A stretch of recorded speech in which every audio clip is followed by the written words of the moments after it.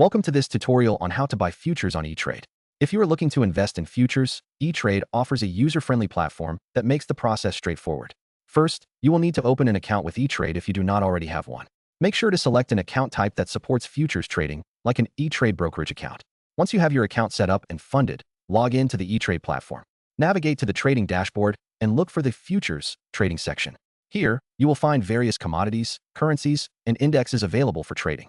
Take some time to explore the different options and familiarize yourself with the market trends. After you have identified the futures contract you wish to buy, click on it to bring up more details. You will see options for placing an order, including the type of order you want to place, such as a market or limit order.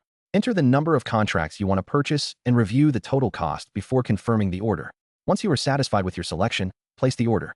After your order is executed, you can monitor your positions through your account dashboard. Remember to keep an eye on market developments and utilize ETrade's tools and resources to manage your investments wisely. Happy trading!